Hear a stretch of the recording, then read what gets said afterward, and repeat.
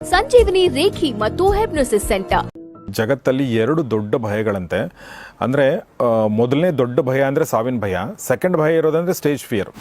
ಯಾವಾಗ positive energy ಕೂತ್ಕೊಳ್ಳುತ್ತೋ ಆಗ doctor ಏನು ಟ್ರೀಟ್ಮೆಂಟನ್ನು ಕೊಡ್ತಾ ಇದ್ದಾರೋ ಅದಕ್ಕೆ ಈ ಬಾಡಿ ಸ್ಪಂದಿಸೋಕ್ಕೆ ಶುರು ಮಾಡುತ್ತೆ. ಈ ಕಾನ್ಫಿಡೆನ್ಸ್ ಲೆವೆಲು ನಮ್ಮಲ್ಲಿ ಹೆಚ್ಚಾಗಬೇಕಂದ್ರೆ ಇದನ್ನು ಸಬ್ಕಾನ್ಷಿಯಸ್ ಮೈಂಡ್ಗೆ ನಾವು ಸೆಲ್ಫ್ ಹಿಪ್ನೋಟೈಸಲ್ಲಿ ಸಜೆಷನ್ಸನ್ನು ಕೊಡೋದು ತುಂಬ ತುಂಬ ತುಂಬ ಇಂಪಾರ್ಟೆಂಟ್ ಆಗಿರುತ್ತೆ. ಸೆಲ್ಫ್ ಹಿಪ್ನಾಟಿಸಮ್ ಮತ್ತು ಹಿಪ್ನಾಟಿಸಮ್ ಅನ್ನೋದು ಅದ್ಭುತವಾದ ಆಯುಧ, ಅದು ಅದ್ಭುತವಾದ ಶಕ್ತಿ, ಅದು ಸೈನ್ಸ್ ಪ್ರೂವ್ ಮಾಡಿರುವಂಥದ್ದು.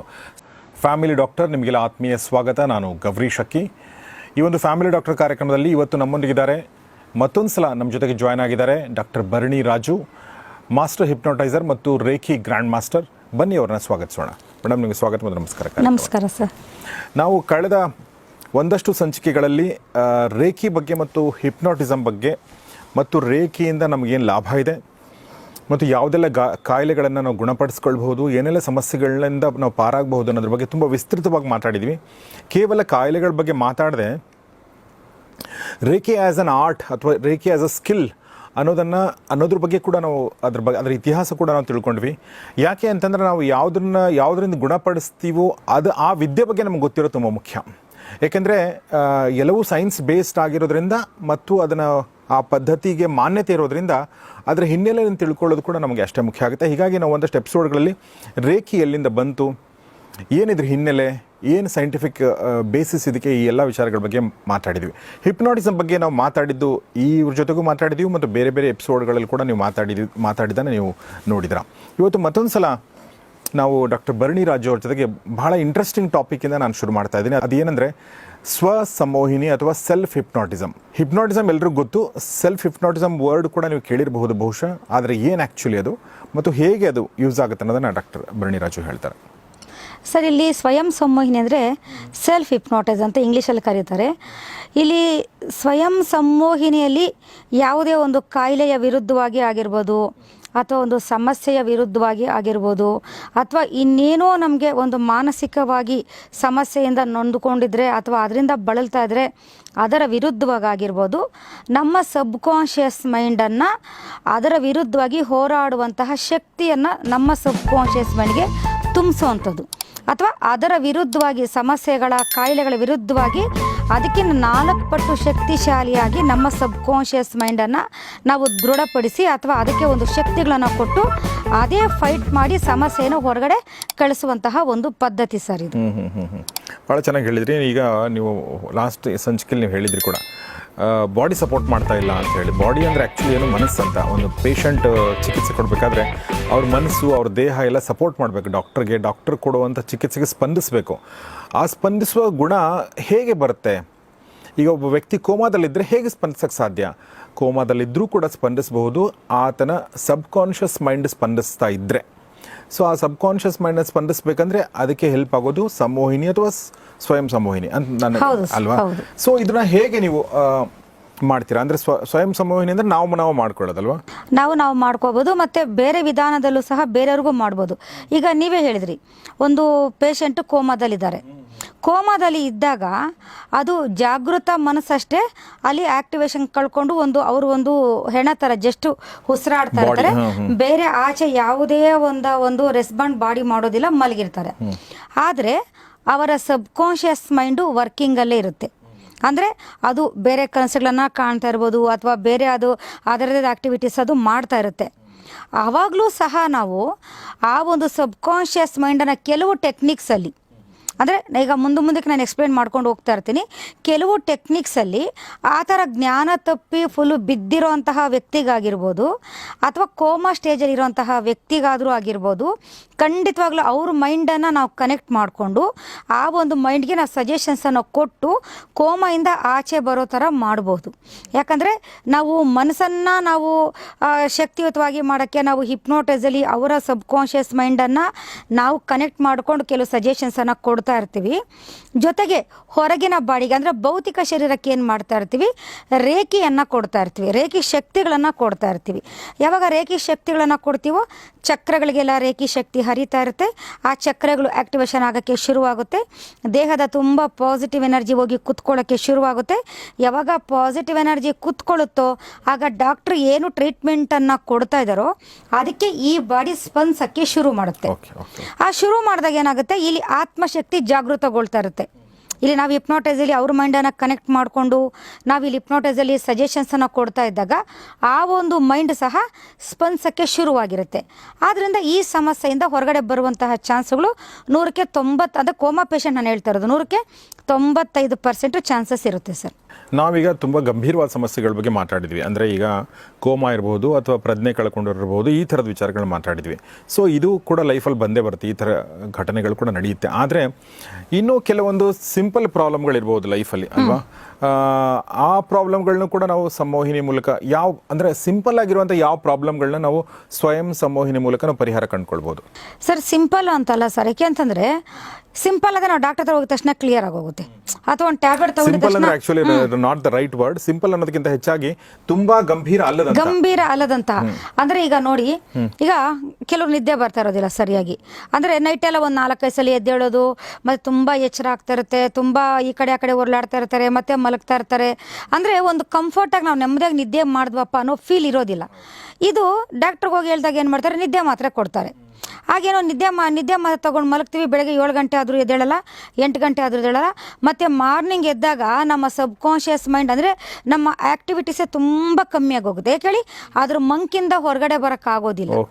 ಅದು ನ್ಯಾಚುರಲ್ ಅಲ್ಲ.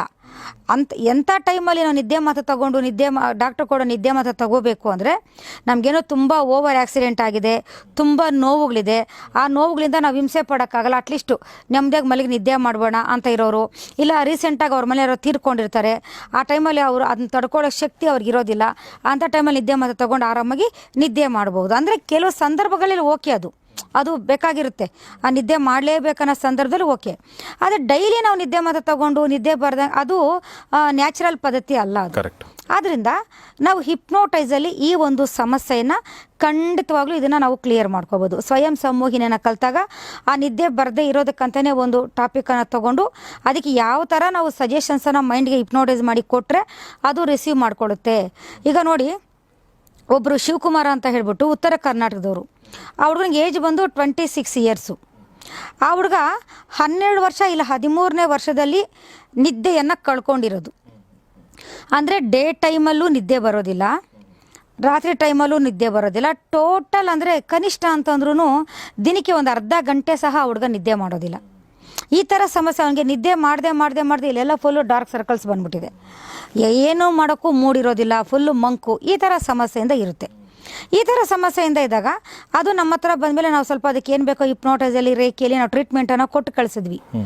ಒಂದು ವಾರದಿಂದನೇ ಬೇಕಾದಷ್ಟು ಚೇಂಜ್ ಕಾಣಿಸಿತ್ತು. ಅದು ನನಗೆ ವಾಯ್ಸ್ ರೆಕಾರ್ಡಲ್ಲಿ ಹುಡುಗ ನನಗೆ ಫುಲ್ಲು ಕ್ಲಿಯರ್ ಆಗಿದೆ ಅಂತ ಬಂದಿರೋ ವಾಯ್ಸ್ ಮೆಸೇಜ್ ಇದೆ, ಅದನ್ನು ಸಹ ನಾನು ನಿಮಗೆ ತೋರಿಸ್ತೀನಿ. ಯಾಕೆಂದರೆ ರಿಸಲ್ಟ್ ಬಂದಿರೋರ್ದೆಲ್ಲ ನಾನು ವಾಯ್ಸ್ ಮೆಸೇಜ್ ಕಳಿಸ್ತಾ ಇರ್ತಾರೆ ನನಗೆ, ಅದಕ್ಕಂತ ನಾನು ಫೋನ್ ಕಾಂಟ್ಯಾಕ್ಟ್ ಇಟ್ಕೊಳ್ಳೋದಿಲ್ಲ. ವಾಯ್ಸ್ ಮೆಸೇಜಲ್ಲೇ ಇಲ್ಲಿ ಯಾರು ಟ್ರೀಟ್ಮೆಂಟ್ ತೊಗೊಂಡು ಹೋಗಿರ್ತಾರೋ ವಾಯ್ಸ್ ಮೆಸೇಜಲ್ಲೇ ಅವರು ಪ್ರಾಬ್ಲಮ್ಸನ್ನು ನಮ್ಗೆ ಹೇಳ್ಕೋಬೇಕು. ಯಾಕೆಂತಂದರೆ ಅದು ರೆಕಾರ್ಡಿಂಗಲ್ಲಿ ಹಾಗೆ ಇರುತ್ತೆ. ಈಗ ನಿಮ್ಮಂಥವ್ರು ನಾವು ತೋರಿಸ್ಬೋದು. ಈಗ ಏನಾದರೂ ಬೇರೆ ಥರ ವಿಚಿತ್ರವಾಗಿರೋ ಕಾಮೆಂಟ್ಸ್ ಬಂದಾಗ ಅದು ನೀವು ಡೈರೆಕ್ಟಾಗಿ ಅದೆಲ್ಲ ನೋಡ್ಬೋದು, ನೀವು ಏನು ನಡೀತಾ ಇದೆ ಮೊಬೈಲಲ್ಲಿ. ಯಾಕೆಂದರೆ ಮೊಬೈಲಲ್ಲಿ ನೋಡಿದಾಗ ಗೊತ್ತಾಗ್ಬಿಡುತ್ತೆ ಅಲ್ವಾ ಯಾವ ರೀತಿ ರೆಸ್ಪಾಂಡ್ ಬರ್ತಾ ಇದೆ. ಆ ಥರದಾಗ ಬೇಕಾದ್ರೆ ಅದನ್ನು ನಿಮಗೆ ತೋರಿಸ್ತೀನಿ. ಕನಿಷ್ಠ ಅದು ಅವ್ರಿಗೆ ಈಗ 4 months ಆಗಿದೆ ಟ್ರೀಟ್ಮೆಂಟ್ ತೊಗೊಂಡೋಗಿ ಕ್ಲೀನಾಗಿ ನಿದ್ದೆ ಮಾಡ್ತಾರೆ. ನೈಟ್ ಮಲ್ಕೊಂಡ್ರೆ ಬೆಳಿಗ್ಗೆವರೆಗೂ ನಿದ್ದೆ ಮಾಡ್ತಾರೆ. ಈ ಥರ ನಿದ್ದೆ ಪ್ರಾಬ್ಲಮ್ ಅಂತಲೇ ಒಂದೇ ಅಲ್ಲ, ಕೆಲವರಿಗೆ ಸೂಸೈಡ್ ಮಾಡ್ಕೋಬೇಕು ಅನ್ನಿಸ್ತಾ ಇರುತ್ತೆ, ಕೆಲವರಿಗೆ ಚಿಕ್ಕ ವಿಷಯ ಗೊತ್ತಾಗಿದ ತಕ್ಷಣ ಓವರು ಟೆನ್ಷನ್ ಆಗೋಗಿ ಅದಿರೋದು ಇಷ್ಟೇ ಮ್ಯಾಟರು, ಬಟ್ಟು ಓವರ್ ಸ್ಟೇಜ್ ಕೊಟ್ಟೋಗಿ ಆ ಸ್ಟೇಜಲ್ಲಿ ಅವರು ಹೋದಾಗ ಅದರಿಂದ ಬರುವಂತಹ ಒಂದು ಸೈಡ್ ಎಫೆಕ್ಟು ಅವರು ಅದನ್ನು ಗೆಸ್ಸೇ ಮಾಡಿರೋದಿಲ್ಲ. ಅದು ಒಂದು ಆಫೀಸಲ್ಲಿ ಅದು ತಾಳ್ಮೆ ಕಳ್ಕೊಂಡು ಅಲ್ಲಿರೋಲ್ಲ ಸುತ್ತಮುತ್ತಿರೋರೆಲ್ಲ ಶತ್ರುಗಳಾಗ್ಬಿಡ್ತಾರೆ. ಮನೆಗೆ ಬಂದಾಗ ಹೆಂಡತಿ ಮಕ್ಕಳೆಲ್ಲ ಶತ್ರು ಆಗ್ಬಿಡ್ತಾರೆ. ಯಾಕೆಂದರೆ ಯಾವಾಗ ಅವ್ರಿಗೆ ಓವರ್ ಟೆನ್ಷನ್ ಇರುತ್ತೋ ಆ ಟೆನ್ಷನಲ್ಲಿ ಯಾರನ್ನೂ ಪ್ರೀತಿಯಿಂದ ಅವರು ಮಾತಾಡ್ಸೋಕ್ಕಾಗೋದಿಲ್ಲ. ಅಥವಾ ಅವ್ರೇನೋ ಮಾಡಬೇಕು ಅಂದ್ಕೊಂಡಿರ್ತಾರೆ, ಆ ಟೈಮಲ್ಲಿ ಅವ್ರ ಮೈಂಡ್ಗೆ ಅದೆಲ್ಲ ಫ್ಲಾಶೇ ಆಗೋದಿಲ್ಲ. ಟೆನ್ಷನ್ ಇದ್ದಾಗ ಹೇಗಾಗುತ್ತೆ, ಈ ಥರ ಇದಕ್ಕೂ ಆಗುತ್ತೆ. ಮಾನಸಿಕವಾಗಿರೋ ಸಮಸ್ಯೆಗಳು ನಾನು ಹೇಳ್ತಾ ಇರೋದು ಈ ಥರ ಆಗುತ್ತೆ. ಮತ್ತು ಕೆಲವ್ರಿಗೇನೋ ಸ್ಟೇಜ್ ಫಿಯರ್ ಇರುತ್ತೆ. ಈಗ ಒಂದು ಹತ್ರ ಮಾತಾಡಬೇಕು ಅಂದ ತಕ್ಷಣ ಅವ್ರಿಗೆ ಎಷ್ಟೇ ಬುದ್ಧಿವಂತರಾಗಿದ್ರು ತುಂಬ ಅವ್ರಿಗೇನಾಗುತ್ತೆ, ಶೇಕ್ ಆಗುತ್ತೆ. ಈಗ ನೋಡಿ, ಕೆಲವ್ರಿಗೆ ಗೊತ್ತಿರೋದು 10% ಇದ್ರೂ 100% ನೀಟಾಗಿ ಮಾತಾಡ್ಬಿಡ್ತಾರೆ. ಕೆಲವರಿಗೆ 100% ಗೊತ್ತಿರುತ್ತೆ ಪಾಪ, ಎಲ್ಲ ಗೊತ್ತವ್ರಿಗೆ, ಬಟ್ ಅವ್ರಿಗೆ ಏನು ಮಾತಾಡೋಕ್ಕೂ ಆಗಲ್ಲ. ಈಗ ಸಪೋಸ್ ನನ್ನೇ ತಗೊಳ್ಳಿ, ನಾನು ಯಾವ ಪ್ರಿಪ್ರೇಷನಲ್ಲೂ ನಾನು ಬರೋದಿಲ್ಲ, ಫುಲ್ಲು ಬ್ಯುಸಿ ಇರುತ್ತೆ, ಬರಬೇಕು ಇಲ್ಲಿ ಏನು ಮಾತಾಡ್ಬೇಕಂತಲೇ ಒಂದು ಐಡಿಯಾ ಇರೋದಿಲ್ಲ. ಬಟ್ ಅದು ನಮ್ಗೆ ಗೊತ್ತಿರೋ ಮ್ಯಾಟರನ್ನು ಯಾವುದೇ ಒಂದು ಸಂಕೋಚ ಇಲ್ಲದೆ, ಭಯ ಇಲ್ಲದೆ ನಾವು ಹೇಳ್ತಾ ಇರ್ತೀವಿ. ಆದರೆ ಕೆಲವರಿಗೆ ಇದೇ ಒಂದು ತುಂಬ ದೊಡ್ಡ ಜೀವನದಲ್ಲಿ ದೊಡ್ಡ ಸಮಸ್ಯೆ ಆಗೋಗಿರುತ್ತೆ. ಹೌದು, ಒಂದು ಸರ್ವೆ ಪ್ರಕಾರ ಜಗತ್ತಲ್ಲಿ 2 ದೊಡ್ಡ ಭಯಗಳಂತೆ. ಅಂದರೆ ಮೊದಲನೇ ದೊಡ್ಡ ಭಯ ಅಂದರೆ ಸಾವಿನ ಭಯ, ಸೆಕೆಂಡ್ ಭಯ ಇರೋದಂದ್ರೆ ಸ್ಟೇಜ್ ಫಿಯರ್. ಕೆಲವು ನೋಡಿ ತುಂಬ ಚೆನ್ನಾಗಿ ವರ್ಕ್ ಮಾಡಿರ್ತಾರೆ, ಅದನ್ನು ಎಕ್ಸ್ಪೋಸ್ ಮಾಡಬೇಕು, ಬಾಸ್ ಹತ್ರನೋ ಅಥವಾ ಯಾರೋ ಕ್ಲೈಂಟ್ಸ್ ಹತ್ರನೋ ಹೇಳಬೇಕು, ಏನೂ ಗೊತ್ತಾಗಿರೋದಿಲ್ಲ ಅವ್ರು ಹೇಳೋದಕ್ಕೆ. ಕೆಲವರಿಗೆ ಒಂದಿಷ್ಟೇ ಅರ್ಧನೇ ಗೊತ್ತಿರುತ್ತೆ, ಅದನ್ನು ಅವರು ಆಲ್ರೆಡಿ ಕ್ಲೈಂಟ್ನ ಅವ್ರ ಕಸ್ಟಮರ್ನ ಸೆಳೆದು ಎಳ್ಕೊಂಡ್ಬಿಟ್ಟಿರ್ತಾರೆ, ಕೇಳಿ ಅವ್ರಿಗೆ ಆ ಟೆಕ್ನಿಕ್ ಇರುತ್ತೆ. ಆದ್ದರಿಂದ ಇದನ್ನ ಮೇಯ್ನ್ ಇದರಿಂದ ಹೊರಗಡೆ ಬರಬಹುದು. ಮತ್ತು ನೆಕ್ಸ್ಟು ತುಂಬ ಲಾಂಗ್ ಟೈಮ್ ತಗೊಳ್ಳುವಂತಹ ಕಾಯಿಲೆಗಳು, ಈಗ ಥೈರಾಯ್ಡ್ ಪ್ರಾಬ್ಲಮ್ಮು, ಹಾರ್ಟ್ ಪ್ರಾಬ್ಲಮ್ಮು, ಈ ಲಿವರ್ ಪ್ರಾಬ್ಲಮ್ಮು, ಕಿಡ್ನಿ ಪ್ರಾಬ್ಲಮ್ಮು, ಮಕ್ಕಳಾಗದಿರೋದು, ಗರ್ಭಕೋಶದ ಪ್ರಾಬ್ಲಮ್ಮು, ಮಕ್ಕಳಿಗೆ ಏಕಾಗ್ರತೆ ಪ್ರಾಬ್ಲಮ್ಮು ಅಥವಾ ನೆನಪಿನ ಶಕ್ತಿಯ ಪ್ರಾಬ್ಲಮ್ಮು, ಈ ಥರ ಪ್ರಾಬ್ಲಮ್ಸ್ಗೆಲ್ಲ ನಮ್ಮ ಮೈಂಡು ತುಂಬಾ ನಮ್ಮ ಮೈಂಡು ಪ್ರಮುಖವಾದ ಪಾತ್ರವನ್ನು ವಹಿಸ್ತಾ ಇರುತ್ತೆ. ಅದನ್ನು ನಾವು ಸಬ್ಕಾನ್ಷಿಯಸ್ ಮೈಂಡನ್ನು ನಾವು ಯಾವ ರೀತಿ ನಮ್ಮ ಹ್ಯಾಂಡ್ ಓವರ್ ಇಟ್ಕೋಬೇಕು, ನಮ್ಗೆ ಯಾವ ರೀತಿ ನಾವು ಸಪೋರ್ಟ್ ಮಾಡಬೇಕು. ಈಗೇನೋ ಒಂದು ಕೆಲಸ ಮಾಡಬೇಕು, ನಮ್ಮ ಮೈಂಡೇ ನಮ್ಗೆ ಹೇಳ್ಬೇಕು, ನೀನು ಮಾಡು, ನಾನಿದ್ದೀನಿ, ನೀನು ಯಾಕೆ ಟೆನ್ಷನ್ ಮಾಡ್ಕೊತೀಯ, ನಾನಿದ್ದೀನಿ, ಅದೇನು ಮಾಡ್ತೀವ, ನಾನು ನಿನಗೆ ಜೊತೆಯಲ್ಲಿ ನಾನು ಇರ್ತೀನಿ ಅನ್ನೋವರೆಗೂ ನಮ್ಮ ಮೈಂಡನ್ನು ನಮ್ಮ ಜೊತೆಯಲ್ಲೇ ಇಟ್ಕೋಬೇಕು. ಅದು ನಮಗೆ ಸಪೋರ್ಟ್ ಮಾಡೋ ಥರ ನಮ್ಮ ಮೈಂಡನ್ನು ನಾವು ಆ್ಯಕ್ಟಿವ್ ಆಗಿ ಇಟ್ಕೋಬೇಕು. ಕೆಲವ್ರು ನೋಡಿ ಏನೂ ನಡೆದೇ ಇರೋದಿಲ್ಲ, ಇನ್ನೂ ಏನೋ ಹೇಳ್ತಾರಷ್ಟೇ, ಈಗ 4ನೇ ತಾರೀಕು ನೀನು ಇಂಥದ್ದೇನೋ ಮಾಡಬೇಕು ಅಂತ. ಇವಾಗಿಂದನೇ ಫುಲ್ ಊಟ ನೀರು ನಿದ್ದೆ ಎಲ್ಲ ಬಿಟ್ಬಿಟ್ಟು ಇವಾಗಿಂದನೇ ಟೆನ್ಷನ್ ಮಾಡ್ಕೊತಾರೆ. ಧೈರ್ಯ ಇರೋರು ಇನ್ನೊಂದು 10 ನಿಮಿಷಕ್ಕೆ ಇಲ್ಲಿ ಭೂಕಂಪ ಆಗಿಬಿಡುತ್ತೆ, ಇನ್ನು 10 ನಿಮಿಷಕ್ಕೆ ಇನ್ನು 10 ನಿಮಿಷ ಇದೆಯಲ್ಲ, 10 ನಿಮಿಷದಲ್ಲಿ ಎಷ್ಟು ಮಾಡ್ಬೋದು, ಏನೋ ಒಂದು ಆಗುತ್ತೆ, ಏನೋ ಒಂದು ಮಾಡೋಣ ಅನ್ನೋ ಥರ ಕಾನ್ಫಿಡೆನ್ಸ್ ಇರುತ್ತೆ. ಈ ಕಾನ್ಫಿಡೆನ್ಸ್ ಲೆವೆಲು ನಮ್ಮಲ್ಲಿ ಹೆಚ್ಚಾಗಬೇಕಂದ್ರೆ ಇದನ್ನು ಸಬ್ಕಾನ್ಷಿಯಸ್ ಮೈಂಡ್ಗೆ ನಾವು ಸೆಲ್ಫ್ ಹಿಪ್ನೋಟೈಸಲ್ಲಿ ಸಜೆಷನ್ಸನ್ನು ಕೊಡೋದು ತುಂಬ ಇಂಪಾರ್ಟೆಂಟ್ ಆಗಿರುತ್ತೆ. ನೀವು ಸೆಲ್ಫ್ ಹಿಪ್ನೋಟಿಸಮ್ ಮೂಲಕ ಏನೆಲ್ಲ ಬಗೆಹರಿಸಬಹುದು ಅಂದರೆ, ನೀವು ಸಣ್ಣ ಪುಟ್ಟ ದೊಡ್ಡದು ಎಲ್ಲ ಕಾಯಿಲೆಗಳ ಬಗ್ಗೆ ನೀವು ಹೇಳಿದ್ರಿ. ನನಗೆ ಭಾಳ ಖುಷಿ ಆಯಿತು ಆ್ಯಕ್ಚುಲಿ, ಯಾಕೆಂದರೆ ಈ ಕಾಯಿಲೆಗಳನ್ನ ಅನುಭವಿಸಿದ್ರೆ ಯಾರೂ ಇಲ್ಲ ನೀವು ಹೇಳಿರುವಂಥದ್ದು. ಈಗ ಫಾರ್ ಎಕ್ಸಾಂಪಲ್ ಸ್ಟೇಜ್ ಫಿಯರ್ ಇರ್ಬೋದು, ನಿದ್ದೆ ಬರೆದಿರುವಂಥದ್ದು ಇರ್ಬೋದು, ಅಥವಾ ಬೇರೆ ಗಂಭೀರ ಕಾಯಿಲೆಗಳಿರ್ಬೋದು, ಎಲ್ಲವಕ್ಕೂ ಕೂಡ ನೀವು ಸೆಲ್ಫ್ ಹಿಪ್ನೋಟಿಸಮ್ ಮೂಲಕ ಒಂದು ಚಿಕಿತ್ಸೆ ಕೊಡಬಹುದು ಅಂದರೆ ಅದು ತುಂಬ ಖುಷಿ ವಿಚಾರ.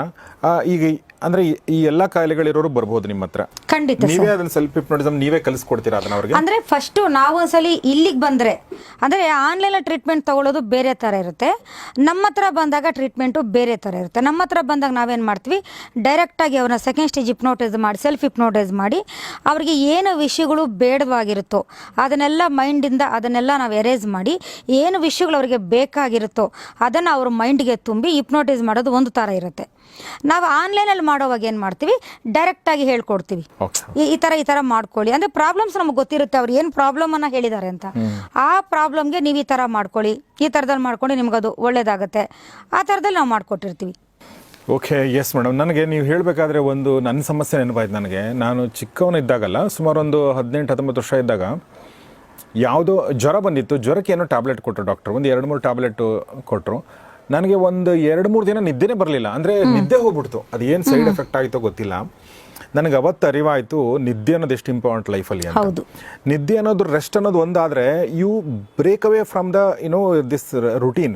ನೀವು ಏನೋ ಕೆಲಸ ಮಾಡ್ತಿರ್ತಾರೆ, ನಿಮ್ಗೊಂದು ಬ್ರೇಕ್ ಬೇಕಲ್ಲ ಮೈಂಡ್ಗೆ ಬ್ರೇಕ್ ಬೇಕು. ನೀವು ಫ್ರೆಶ್ ಆಗಬೇಕು ಅಂದ್ರೆ ಒಂದು ಬ್ರೇಕ್ ಬೇಕು. ಆ ಬ್ರೇಕೇ ಇಲ್ಲ. ರಾತ್ರಿ ಫುಲ್ ಎಚ್ಚರ ಇದ್ರೆ ನೀವು ಬೆಳಗ್ಗೆ ಮತ್ತೆ ಕೆಲಸ ಶುರು ಆಗುತ್ತೆ. ಬೆಳಗ್ಗೆ ಏನು ಕೆಲಸ ಇಲ್ಲ ಅಂದರೂ ಕೂಡ ಯೋಚನೆ ಅಂತೂ ನಡೀತಾನೆ ಇರುತ್ತಲ್ಲ. ಸೊ ಅದು ದೊಡ್ಡ ಹಿಂಸೆ ನನ್ನ ಪ್ರಕಾರ. ಅದರಂಥ ಕಾಯಿಲೆ ಬೇರೆ ಯಾವುದಿಲ್ಲ, ಅಷ್ಟು ಭಯಾನಕ ನಿದ್ದೆ ಬರದೇ ಇರುವಂಥದ್ದು. ಬಟ್ ಸೆಲ್ಫ್ ಹಿಪ್ನಾಟಿಸಮ್ ಮೂಲಕ ಆ ಕಾಯಿಲೆನೂ ಕೂಡ ಗುಣಪಡಿಸಿರೋ ಒಂದು ಎಕ್ಸಾಂಪಲ್ ಕೂಡ ಕೊಟ್ಟರು. ಸೊ ಆ ಥರ ಏನೇ ಸಮಸ್ಯೆಗಳಿದ್ರು ಕೂಡ ಡಾಕ್ಟರ್ ಭರಣಿ ರಾಜು ಅವರಿಗೆ ಸಂಪರ್ಕಿಸಿ ಅಂತ ಹೇಳ್ತಾ, ಸೆಲ್ಫ್ ಹಿಪ್ನಾಟಿಸಮ್ ಮತ್ತು ಹಿಪ್ನಾಟಿಸಮ್ ಅನ್ನೋದು ಅದ್ಭುತವಾದ ಆಯುಧ, ಅದು ಅದ್ಭುತವಾದ ಶಕ್ತಿ, ಅದು ಸೈನ್ಸ್ ಪ್ರೂವ್ ಮಾಡಿರುವಂಥದ್ದು. ಸೆಲ್ಫ್ ಹಿಪ್ನಾಟಿಸಮ್ ಅನ್ನೋದು ಅದಕ್ಕಿಂತ ದೊಡ್ಡ ಅದ್ಭುತ. ಯಾಕಂದರೆ ಇವ್ರು ನನಗೆ ಹೇಳೋದು ಬೇರೆ, ಬಟ್ ನನಗೆ ಹೇಳೋದು ಇದೆಯಲ್ಲ, ಓಕೆ, ಅದರ ಶಕ್ತಿನೇ ಬೇರೆ ಇರುತ್ತೆ. ಸೊ ಅದನ್ನು ನೀವು ಆ ಥರ ಸಮಸ್ಯೆಗಳಿದ್ದರೆ ಡಾಕ್ಟರ್ ಭರಣಿ ರಾಜು ಅವ್ರನ್ನ ಸಂಪರ್ಕಿಸಿ ಅಂತ ಹೇಳ್ತಾ ನಾನು ಈ ಎಪಿಸೋಡ್ನ ಮುಗಿಸ್ತಾ ಇದ್ದೀನಿ.